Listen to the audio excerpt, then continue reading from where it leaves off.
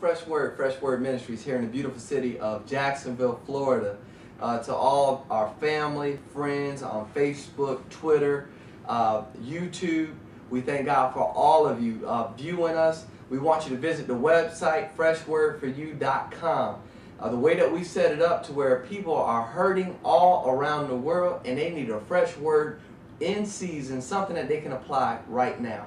That's what this ministry is all about. Helping folks get through their daily journey, their daily walk, and ending in victory. That's what we want for you. We want you to live, walk in a new dimension. The peace of God, the love of God, the presence of God, the glory of God, the grace of God. It goes on and on and on. Pastor Denson has been steering us up over all the previous segments. You all want to hear this. I'm about to mess with him a little bit. Pastor Denson, I want you to talk to us. You talked to us about the broken process and the breaking process, but talk to us about the emptying process. The worship song says, "My storage is empty and I am available."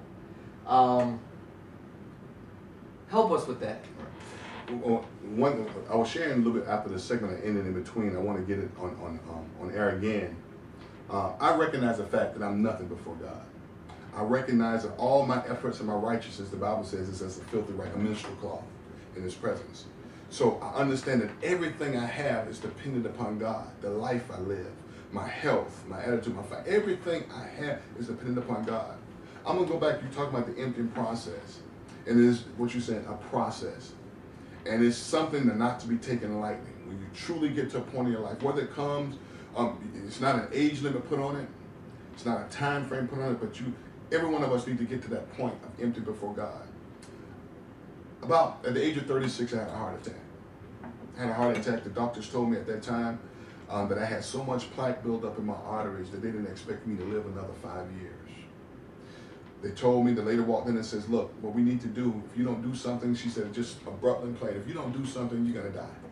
It's not nothing to take light." I laughed at her because I understand doctors always give worst case scenarios. But she says, "We're going to do this for." They put me on tons of medication. They put me on, tons of medication. Well, over the process of time, the medication wasn't working. We're talking about, I'm getting to the emptying part. Medication wasn't working. It got to a point that last year, May of last year, that I went to the hospital again. The doctor said they wanted to put 2 stents in my heart and a pacemaker. Young man, 40 years old, 41 years old, wanted to put a pacemaker in my heart and to put two stents in my heart. They was even talking about bypass surgery. All the while, I'm still honoring God, dedicated to God, His Word.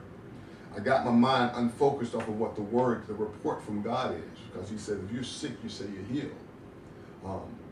He's a healer. He is a deliverer. We know that to be true. Through the laying of my hands, the people have been delivered from HIV, cancer, all different kinds of diseases. But here I am, someone that God has given that gift to. Now I'm sick. And in the meantime, I'm still being faithful, doing what I know to do before God.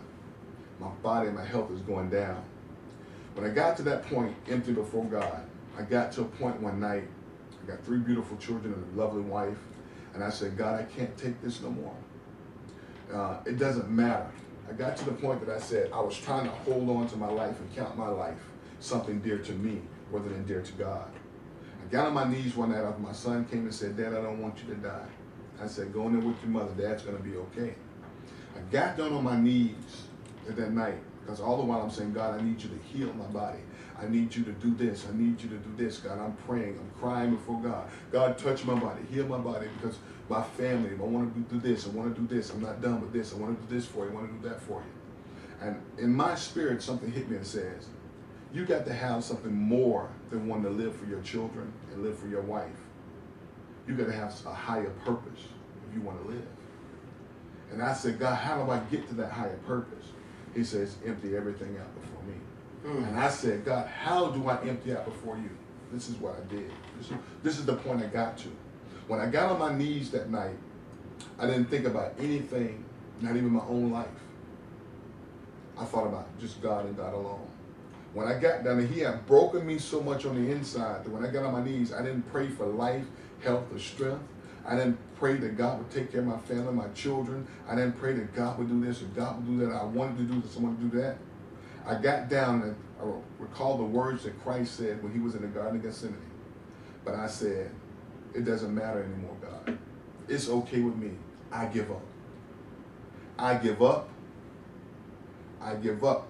I empty out. This is all me. If you want to call me home, it's okay.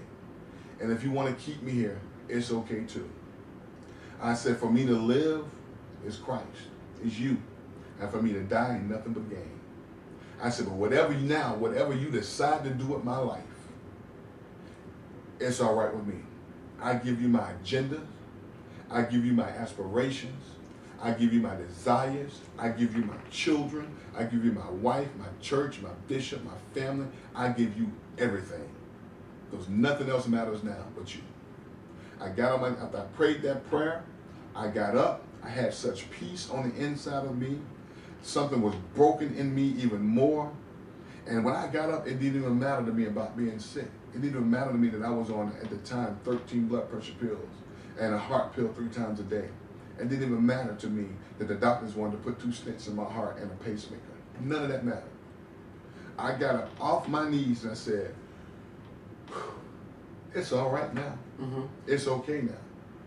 Didn't think about anything. The moment I did that, I looked on my line and I saw an email that addressed my very same problem I had. That today, just to say, no stents, no pacemaker. The doctors gave me a clean bill of health 2 months ago. No plaque in my arteries and no cholesterol. My kidneys are functioning and everything else. 2 months ago, after a year later. But it took to the point for God to do something for me to do something for him. Give him everything. Gave him everything. Total surrenderance. Emptying out before God. I didn't count my life. I didn't count anything around me.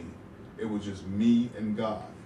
That's the point that everybody got to. You talking about for blessings to flow. You're talking about worship. You're talking about thirsting. You're talking about desire and wanting God to do something. When I gave up and emptied out everything before God, and none of that I emptied out before him mattered to me anymore, I gave it to God.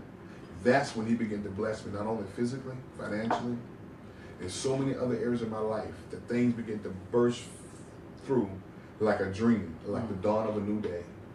When we get to that point where they come, like I said before, some people may come with age. Some people may come with them for the special callings of whatever area that God wants to lead them to in ministry. But we all got to get to that point that we empty out everything before God and not even count our own life. I had the sentence of death within myself, and I was trying to save my own life. I was so concerned with my own affairs and affairs of this world, and my children and my wife. Now, they're dear to me, but they're dear to me in a whole nother sense now that they belong to God.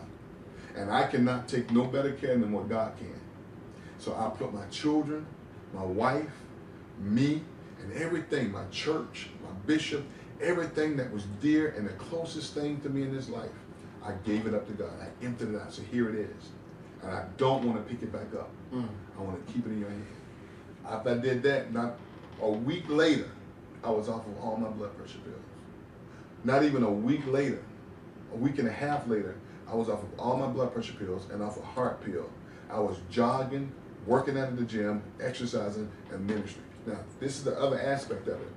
Even through my sicknesses, not being able to walk 20 foot, or 10 feet, without panting for breath, harbor angina, I was still faithful to ministry. I was still ministering, witnessing, sharing the gospel, doing everything I know to do. If I had to stop and take a couple of deep breaths, I did that. I still remained faithful to God. I still went to church. And if I had to sit in my office until the chest pain stopped, I still did it. I didn't count my life. I didn't slow up on God because of a sickness or illness. I used wisdom. I didn't slow up on God because I was hurting, because I was in pain. I knew then that I had to be even more faithful to God. But I didn't just get faithful when I got sick. I was faithful beforehand. What am I saying? Empty out before God, give it everything to him. Yes. Do it from your heart. If I gave God this pen and I didn't do it from my heart and I set it over here, when something happens and I need a utensil to write with, I'm going to want to go back and pick it up. But I gave it to God from my heart. and I gave it to him and I meant it, heartfelt gave it to him, I don't care what happens. If I need a pen, I'm going to search for something else. I'm not going to pick that pen back up again.